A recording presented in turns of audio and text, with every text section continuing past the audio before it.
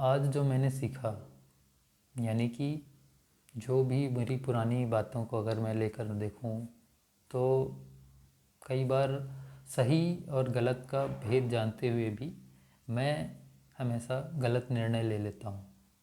और ऐसा इसलिए होता है क्योंकि जो भी निर्णय होते हैं ना, वो हमारे प्रत्येक निर्णय जो भी लेते हैं वो हमारे अंदर ही बनते हैं, बाहर नहीं बनते। और ये इसको अगर समझा जाए ना, ये एक प्रक्रिया है जो लगातार हमारे अंदर चलती रहती है।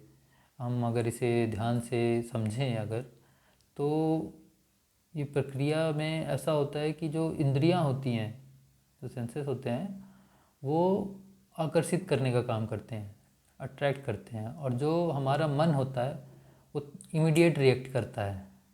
और जो बुद्धि है, जिसका काम है दिशा दिखाना, वो अक्सर इन सब चीज़ों में रह के पीछे रह जाती है। तो जो जब मन नेतृत्व कर रहा होता है तो बुद्धि क्या होती है, उसका अनुसरण, उनको फॉलो अप करने लगती है मन को ही।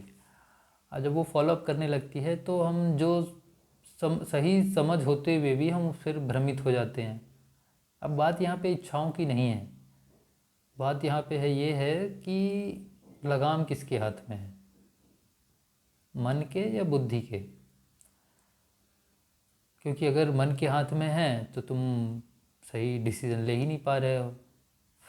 जो मन है, मन ने कहा वैसे चल दिए, फिर बाद में गड्ढे में गिर गए। तो प्रश्न यहाँ पे ये भी नहीं है कि इच्छाओं को ख़त्म कैसे करें, मतलब इच्छाएं समाप्त कैसे हों। प्रश्न ये है कि जब इच्छा, कोई भी एक इच्छा अगर उत्पन्न हो रही है तो उस टाइम, मतलब जैसे इच्छा जनरेट हो रही है तो उस टाइम हम क्या कर रहे होते हैं। तो हम ऐसा कर सकते हैं कि पहला स्टेप लें। जब हमारे मन में कोई भी चीज़ आ रही है, कुछ भी आ रहा है, तो हम तुरंत रिएक्ट ना करें। Do not react immediately.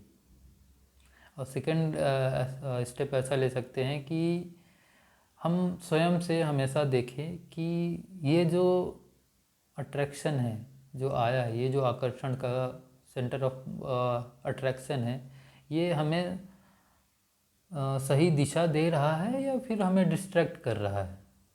और थर्ड स्टेप ऐसा ले सकते हैं कि जो भी निर्णय लें उस स्थिति में देखें कि मन शांत हो और बुद्धि स्पष्ट हो।